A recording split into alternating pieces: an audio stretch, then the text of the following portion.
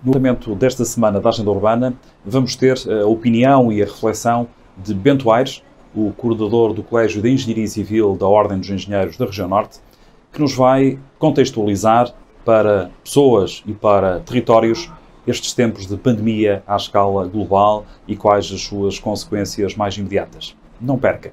Veja este apontamento da Agenda Urbana. Costumo dividir a reação a estes tempos novos, pandémicos, que estamos a viver em 3 etapas. A primeira foi aquela que vivemos logo em março, com o primeiro impacto de termos entre nós o vírus e a incerteza com que tínhamos de lidar com ele, quer nas nossas empresas, quer com os nossos deveres comuns e comunitários enquanto cidadãos. O segundo foi já durante o mês de abril, em que aceitamos que o vírus existia e que começamos a pensar que tínhamos de reagir em termos económicos e de conviver com ele no nosso dia-a-dia. E a terceira fase, que é aquela que estamos a viver, em que são tempos já de reação, em que sabemos que os negócios e a vida vai ter de continuar, em que temos um inimigo comum que vive entre nós, mas que temos de saber lidar com ele e que nos exige novas e grandes responsabilidades. E estas novas e grandes responsabilidades não nos obrigam só e não se encerram só na contenção da pandemia enquanto numa questão de saúde pública. Exigem também outros grandes desafios. Desde logo é como é que nos adaptamos, como é que as nossas cidades, como é que as urbanizações, como é que a urbe vai lidar com estes novos padrões de vida, com estes novos cuidados. E indiretamente, em termos económicos, o mercado imobiliário terá também de se adaptar. Vai ter impacto a setores que temporariamente, pelo menos esperamos que assim sejam, vão sofrer as consequências destes tempos pandémicos, como é o caso do turismo, mas ao mesmo tempo vamos ter outras oportunidades. De certeza absoluta que, como passamos mais tempo em casa, apercebemos que precisamos de mais e de melhores casas, com mais espaço. Portanto, o mercado imobiliário vai ter de se adaptar à necessidade de encontrarmos novos produtos e de transformarmos aqueles que estavam para ser colocados no mercado. E esta é a primeira grande oportunidade. A grande oportunidade que vamos continuar a ter é precisamente como nos vamos adaptar. Houve uma mudança e uma digitalização que aconteceu de forma muito mais rápida e dura do que aquilo que em termos naturais iria acontecer. Passamos a ter salas de reuniões chamadas Zoom, Webex, WhatsApp, Google Meeting ou Duo. E essas foram realidades dos novos tempos. Mas a digitalização não está concluída.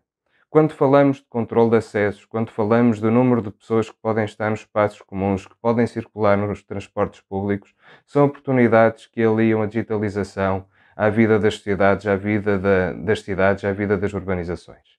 E essa transformação digital na gestão das nossas cidades, da gestão dos nossos recursos, está ainda por concretizar e é uma grande oportunidade que tem de aliar todos os esforços e várias competências que temos internamente.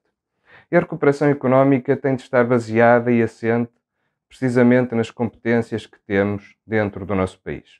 A oportunidade de internacionalização não existe, uma vez que a crise é mundial e vamos ter que nos voltar para entre portas e voltarmos a fazer do nosso país um laboratório de soluções que nos permita, a posteriori, internacionalizarmos essas mesmas soluções. As cidades vão ter de ser muito mais eficientes.